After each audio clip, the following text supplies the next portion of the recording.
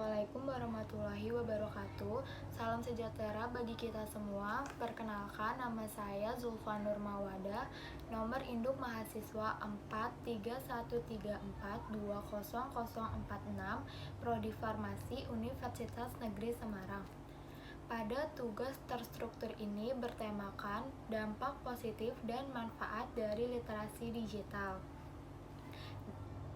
dalam pemenuhan mata kuliah umum literasi digital dan kemanusiaan di bawah naungan dosen Ibu Ratih Ayu Pratiwi Nindya, SPD MPD.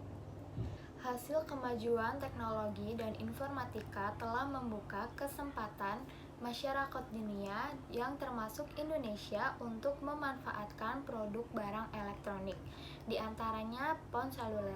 Hasil pengamatan dalam 3 tahun terakhir yaitu ditemukan fenomena bahwa anak usia sekolah mulai dari taman kanak-kanak hingga mahasiswa cenderung dapat mengoperasikan ponsel.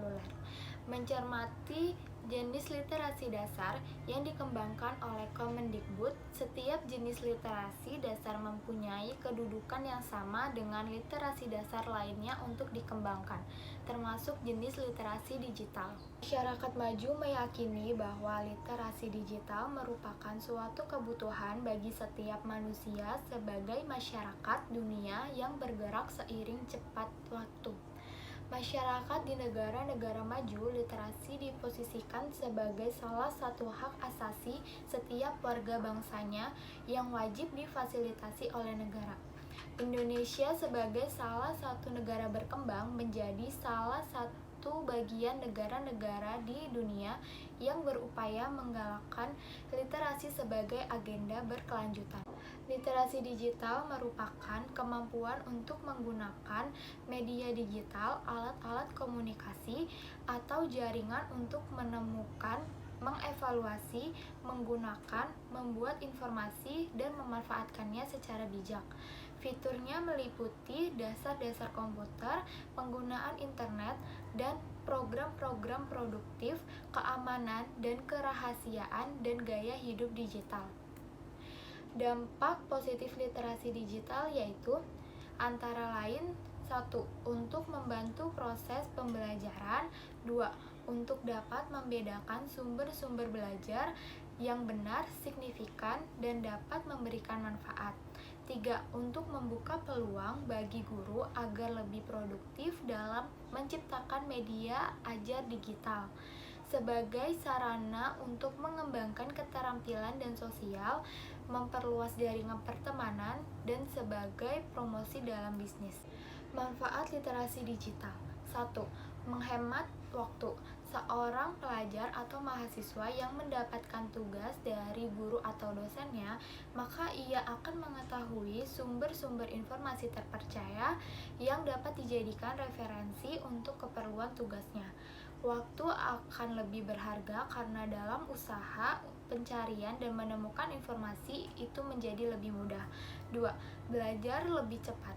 Pada kasus ini, seorang pelajar harus mencari definisi atau istilah kata-kata penting, misalnya di glosarium.